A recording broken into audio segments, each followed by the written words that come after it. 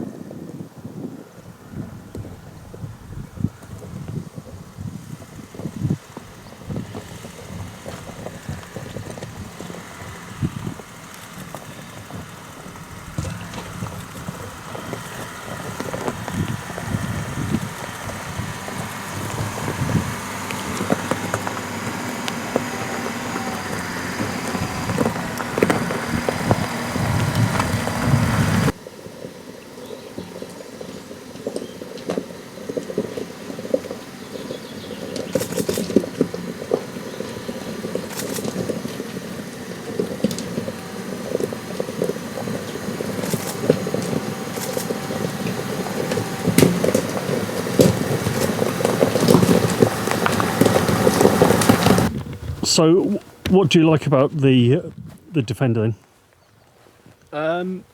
The ride is fantastic on and off road. I think that's mainly due to the fact that even though it has 20-inch alloys, it actually has a good bit of tyre sidewall, which really helps. Even on road tyres, it's really impressive on sort of stony tracks we've been doing today. It is obviously a very big vehicle, but when you get used to it, it's very easy to thread, and the turning circle's really good as well, which helps. The interior is really comfortable. There's loads of storage. The touch screen is quite intuitive. It takes a bit of getting used to, but again, once you've explored the menus, it's not that hard to navigate, especially on the move, which you're not really supposed to do. I'm quite a fan of the sort of rugged features that Land Rover have gone for, like the exposed Torx head screws and the chunky dashboard and things like that. I think that looks quite smart, and it's in keeping with the Defender sort of theme, if you like.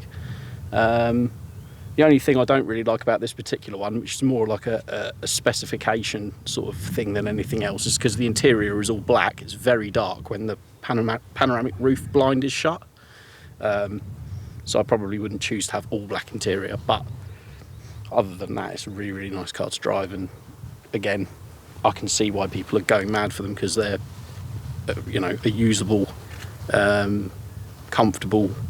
You can do 3 hours trip in it and get out and feel refreshed. It's not something that's hard work to drive. So yeah, I really like it. So what have you thought about the tyres themselves? Well, obviously these are the most road biased tyres that Land Rover sell on the Defender, the Pirelli Scorpions, which are obviously brilliant on road, very quiet, very supple. But I was expecting it to struggle a lot more than it did on some of the rocky climbs, and I think the level of traction control and terrain response technology that this has kind of makes up for the fact they're not very aggressive, which is, you know, a huge bonus to people that might only go off-road very rarely. Land Rover do offer Goodyear all-terrains as well, which is a step up, if you like, for off-road capability, and I don't think they'd really be much worse on the road than these, but these ones are all season, aren't they?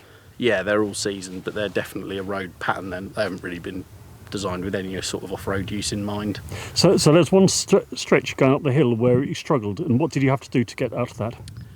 Well, I went up initially, just selected low range and put the suspension into off-road height, but I hadn't actually selected a program on the terrain response. So as soon as I clicked rock crawl, which is sort of the terrain we were on, it locked the centre diff and adjusted the throttle mapping and the traction control, and it just walked straight up, no problem at all. So I should probably have been in that mode from the beginning, but it's fun to play around and see how much of a difference the different modes actually make, because it is incredible. And this also has the configurable terrain response, so if you don't like any of the preset programs, you can sort of dial it into how you want it and then save it, so you've got that as a preset. How many people will use that, I don't know, but it's nice to have. But yes, you know, I don't know what more you could ask for a vehicle on and off-road, really. It's the camera system as well worth mentioning. Because it's so big and wide, it's quite difficult to sometimes figure out where the corners are, especially below the body line. Like, visibility is good, but it's hard to see sort of lower down, which is where the cameras really come into play, because they just take all the guesswork out.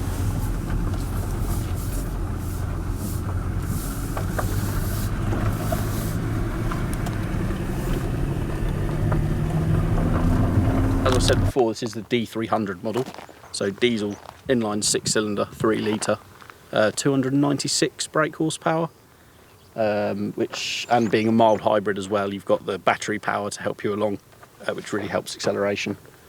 This has the 8-speed gearbox. It doesn't have paddles on the steering wheel like a lot of the other models have, but you don't really miss them. You've still got sport mode on the shifter, and you can go up and down sequentially, which is quite handy, because I found a lot of the time it hangs onto gears a bit too long. So if you manually change up before it would normally change up itself, you can use the bottom end torque a lot better. So I've tended to do that on some of the steeper hills. Yeah, I mean, the brakes are enormous, so you're never without braking. I think even fully laden, probably if you had a trailer on as well, you'd still have plenty of braking performance. And obviously being air all round, it's just puts the power down really, really effectively. And fuel consumption as well, it's probably doing mid-30s, I would imagine, combined. We'd have to have a look on the computer. But for something this size, with this much power, it's not really that bad. Yeah.